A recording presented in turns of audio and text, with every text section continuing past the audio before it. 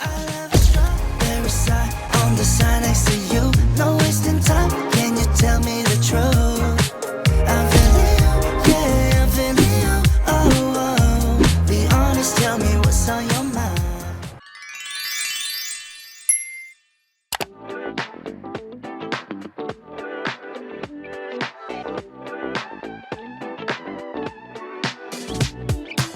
Hello! Ano yung hello sa Vietnam, sis? Xin chào! Ay, Xin chào. xin chào! Naalam namin yung pag-pronounce kasi baka magkamali po kami. Oh, you say hello. Hello. Xin chào. Xin chào. Xin chào! Xin chào! Xin chào. Xin chào, Vietnam! Hello, nandito na kami sa Vietnam. Thank you in Vietnam. Thank you. Come on. Come on! Xin chào! Come on! Goodbye. Goodbye! Goodbye! Tabet! Kabet. Tabet, goodbye, Tabet. Kami ni Chino, first time namin dito sa Vietnam. Si Bien po, isa na siyang lokal na Vietnamese. Ayan. Read siya tong Vietnam. Because I love Vietnam. Because Bien loves shopping. And food. And food.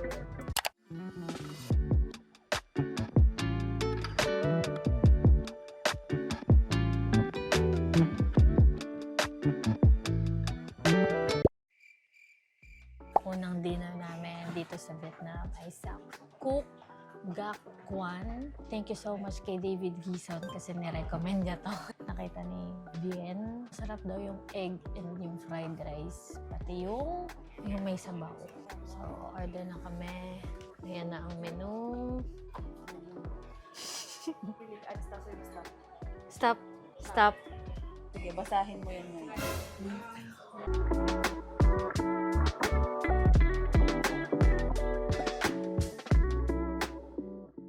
Chicken salad. Pinalangoy mo lang yung mga...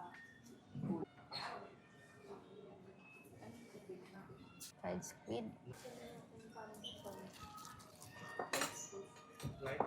Yung fried squid nila medyo matabang. So, eto na. Kakanin ako dito. Hindi ko pipigilan ang sarili ko. Mag-rice. Seafood fried rice. Hindi namin alam yung tawag pero para siyang beef salpikaw. So, beef salpikaw na ang pangalan mo from now on. Cheers! Wala kang bag, mother. Sarap ng fried rice. Tignan nyo. Para siyang omelette na may tomatoes. Beef na nirap sa dahon ng alugbati. Hindi kinakain. Eme. Ayan. Tapos dadaling ka na lang sa kuko. Hindi ko trip. Must try din dito ang tofu. Tofu. Sarap. Ang ba ng office ko yung iba? Okay, verdict dito sa Cook Gak Restaurant. Medyo pricey siya, pero may mga masasarap kaming dishes dito. Top 3 ko dito ay yung egg with tomatoes, tofu, at itong fish. Ayan. 8/10 because there's always room for improvement. Hindi naman tayo pwede mag 10 of 10. Oh, kasi day 1 pa lang. Day 1 pa lang. Day 1 pa lang. Sa mga na-order namin, yung pinaka hindi ko lang nabetan ay yung beef na may mint na dahon.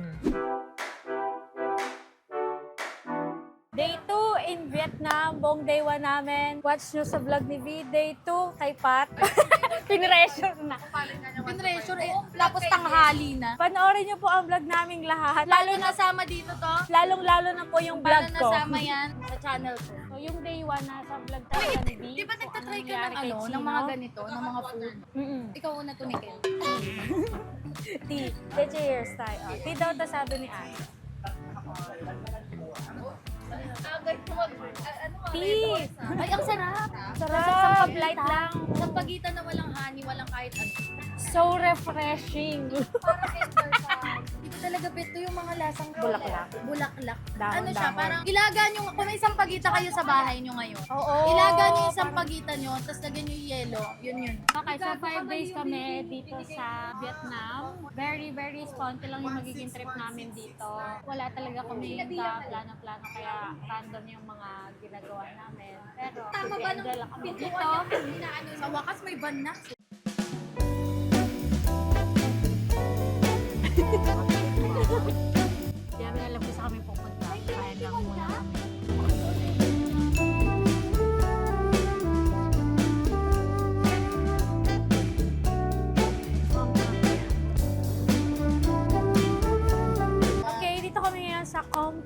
Vlog Yen. At ito ang kilalang broken rice na TikTok. Dito kami kakain. Ngayon na, let's go! Okay. So, ito kinakain na namin ngayon. Sinuggest nung kuya driver ng bus. Ito, kapaano Kasi pa? ito daw ay Michelin. Totoo nga, nakalagay sa Michelin Guide 2023. Hanggang ngayon, 2025. Ibig sabihin, masarap yun. Sana. Pero in order namin ay itong mga Rib pork. yes, mga rib pork. Pork, para mag-fries. Actually, parang pare-parehas niya na pork chop, no? So, yung in-order namin ay 114,251 pesos. Okay, ito na. Ito nga yung nakita ko sa TikTok kagabi. Ang pangalan niya sa TikTok ay Michelin Guide Broken Rice. Ito yun. Ayan na, grabe, punong-puno. Wow. Gagi, ang laki ng plato mo, Tita. Plato lang. Maganda ng mga premi ko. Grabe. Gagi, pantay na sa handaan. Ano, te? Masarap. Sarap. Lasang-lasa mo yung karne niya. Sarap talaga. Sarap, nakaka-excite. So, may suka, may fried egg, grilled pork, veggie. Ano yung order mo? Sa ilalim. Kanin. Ayun. Grabe, ang laki. Parang giant na giant yung pork namin. Okay, tasting time. Sa ilalim. Matamis siya, no? May pagkamatamis. Ano to? Parang bukayo.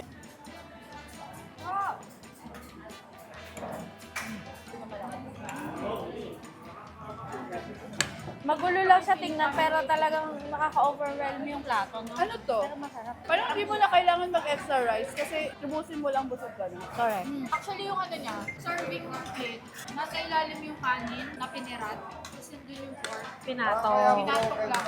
Wow, parang may lagnat. Mga Vietnamese food. Nag-expect ako ng maaanghang. Hindi pala, no? Ma-herb sila eh, no? Sabi din sa TikTok, mostly daw na kumakain dito talaga may leftover. Kasi nga, may leftover talaga. Dami ka na talaga. Overall, must try siya for me.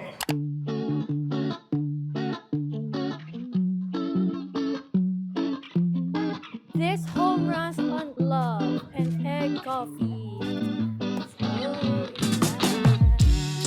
Egg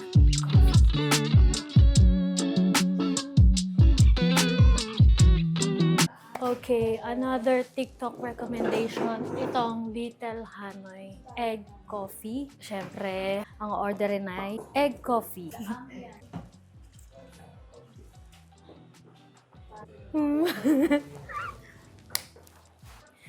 Okay, ito yung sobrang nilulook forward ko bago pumunta ng Vietnam, ang kanilang mga coffee. Kasi talaga namang sobrang sarap daw ng coffee. Kasi nakapunta na dito sila Dudut, yan sila Ate Venice, pang ilang beses na nila dito. And coffee daw talaga ang the best. At ayun na nga, nagsiscroll ako sa TikTok. Ilang beses dumaan tong Little Hanoi Egg Coffee. May 2 branches dito sa Ho Chi Minh yata. Hindi ko sure, pero ito yung pinakamalapit dun sa kinainan namin kanina. Itatry ko na.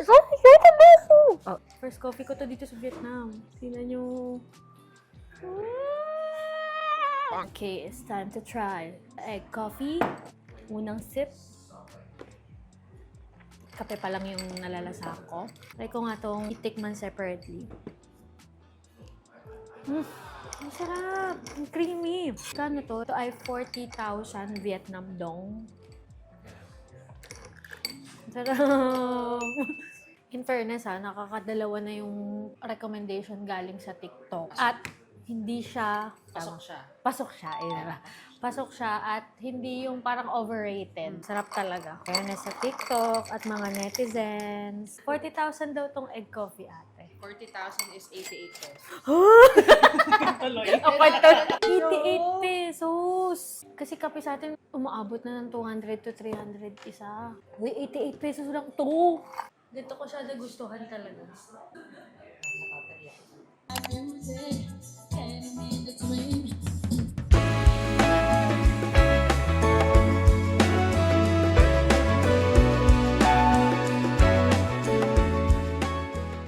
Okay, another coffee. 69,000. Muli ako ng coconut coffee dito sa Kong. Yan ang kanilang signature drink. Thank you. Uy, si Kong! Si Kong! Ay! Kuya! Chang Benis pala. Okay, tambay lang kami ni Chang. Ito ang aming view. Oh, di ba? The busy street. Yes. Busy street of Marshall. Busy street of Ho Chi Minh. Ayan. Samahan na to kasi hindi talaga kaya yung magbuklod-buklod talaga tayo. No? Parang kailangan na. Correct. May iba-iba talaga kasi merong magsha-shopping sa YSL. Alam niyo na lang kung sino yun Tapos meron sa Zara, sa H&M, May pang kids. Naghahanap ng pang pang kids. kids. May nag-Uniqlo. Yung ganito. May gutom, may gusto magkape. Iba-iba yung trip. Oo, iba-iba. Pero, Pero, nangyayari, kalas-kalas talaga. yeah. Pero yung mga stores naman nun, magkakatabi lang, magkakalapit. Ako, aamin ako, dun ako makikita sa kape. Hindi sa shopping. Si ate, medyo napa-shopping.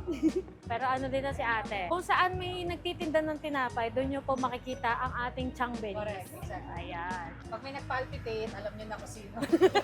Akala mo na eh. Correct. Yun sabi ko kanina te sa video. Ito yung nilook forward ko talaga. Kasi bukang bibig nyo nga na masarap yung kape dito sa Vietnam. Hindi ako titigil hanggat di ako nagpapalpitate. May gabis ko na. Charot. Eh, naman na. Coconut coffee ba to? Parang coconut shake. Oo nga, ayan. Coconut coffee naman, tol. 69,000. Okay, taste test na ako dito sa Kong Cafe. Coconut coffee pala ng Kong Cafe. So, haluin ko lang para siyang merong crush. Parang shake. Parang buko shake siya. Parang buko shake na. Haluin ko. Hindi siya nagbigay ng straw. Ayan na! Ay, may condense! Ito yung order ni ate. Croissant with condense.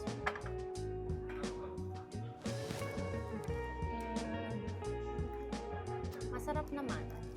Pero parang shake, oo. Hindi ko ma-feel na kape. Parang ano talaga, te? Coffee na may buko. Kahit buko shake na may espresso. Yun talaga. Ay, coffee pa rin ako. Saka yung salt. Ako ngilo talaga. Lumamig yung mga bakal ng ngipin ko.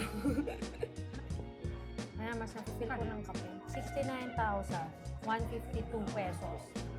Normal na presyo ng ano na, kape. Mura pa din compare sa Pilipinas. Kasi parang mababa dun, 170.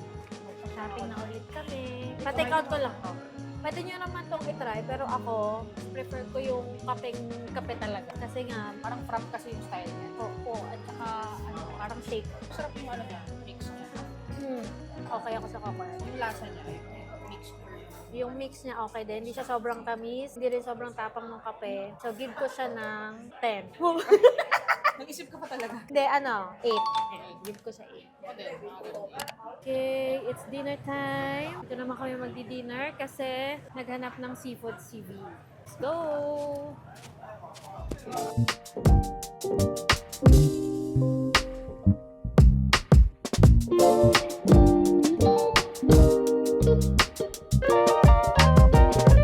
Taste test na ng lobster. Ito ang cheese, ito ang butter. Pair natin. Cheese muna. Wala pa yung king crab. Sarap. Ito yung butter. Gago. Sa cheese at butter, mas nagustuhan ko yung butter. Wow! King crab, ang hari ng mga alimango. The king has How arrived. can we eat that? Ow. After lobster, crab naman. First time ko ito matikman. Nakikita ko lang to sa mga mukbang. Sarap ba ito? The one touch it's giving. Sarap. Ano lang yung anghang niya? Sakto lang. May tamis siyang konti. Hindi ko alam kung anong tawag sa ano na to. Sa flavor na to. Nakakakaba lang kainin kasi baka mamaya umakit na yung bato. Pero No water. tikim lang naman to. Bakit wala pa naman tayong mga maintenance? Pag sumabra lang. Sarap no, putik. Grabe na to. Tala na na. Fresh. Sister, ito na yung kumakain dito mo natapat. How does it taste? How does it taste? Ang sarap, lasang milyon. Salamat! Pinatikim ako ng masarap, mama ko. First time ko ito mag-king crab sa buong buhay ko. What's the difference? Sa crab. Netong isa. Lalo iniba sa normal na mas crab. Sa mataba, mas fresh, mas... Mahilig ka naman sa mas mataba, di ba? Uy! Nalaglag tuloy. Ang sarap niya kasi... Good morning, Vietnam.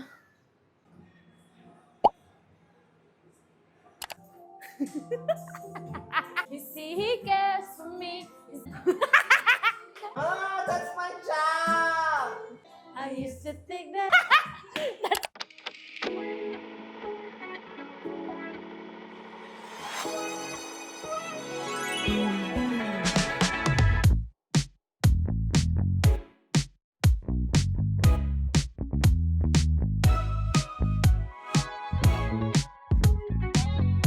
Okay, dito namin napag-desisyon ang kumain sa Beth Me In. Beth Me In, kita ba?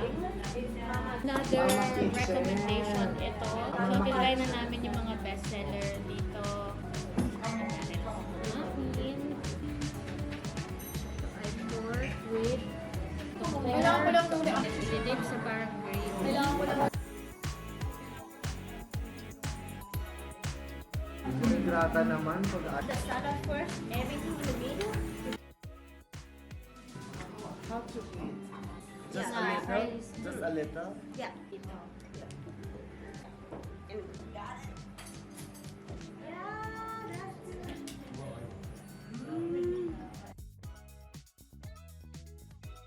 Kain na na.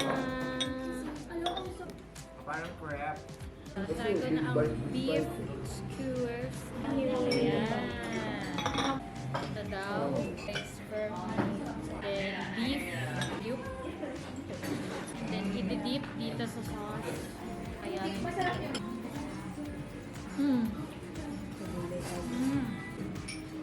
Parang sa Diba?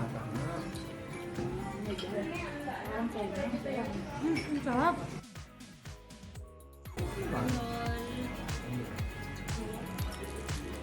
panalo to. Ano ba itong salad? Ay, wala na. Ayan. Sarap ng spring roll.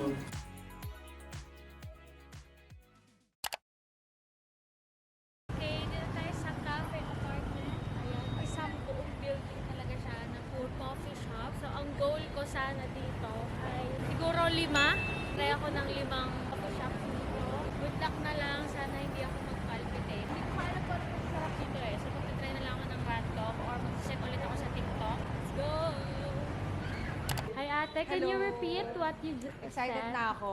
This is the highlight of my day. Yes, my coffee buddy is here. So, Sis. are you ready to palpitate? Yes, sobrang ready na ako. Palpitate pero hindi mo hospital. Palpitate lang. Yes!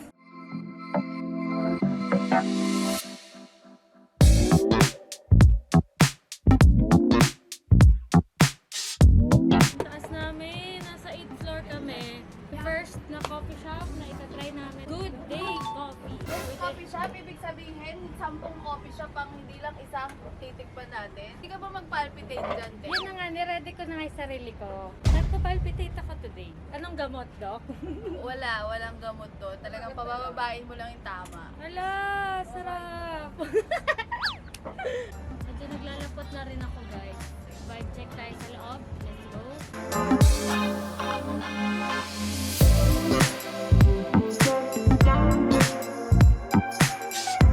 Coffee. Bestseller coffee. have the hot egg coffee and coconut coffee. How much? 191 is. Thank you. Thank you. Okay, coconut coffee, 70,000. Fuck, sobrang sarap. Sobrang oo. Kaya gusto ko. Ayun na, reality show na. Panalo. Anong flavor niya natin? Para siyang ano, tiramisu. Okay, taste test ng coconut coffee.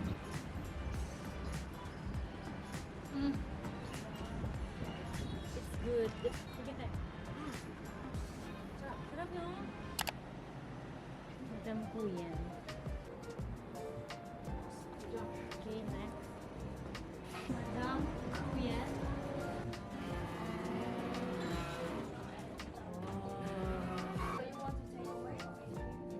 One salt coffee. So, one ice coffee ang ating titirahin. Siyempre, sinamahan tayo ni Kang Benny. My coffee buddy. Let's go. Pero di na siya order kasi Hip lang ako sa order. yes. Ang salt coffee nila dito ay 55,000. So, magkano yun? 120 pesos. Tama ba? Feeling ko lang. Wow! Ang galing ko na mag-convert. Galing mo na, girl, ah. Baby, you're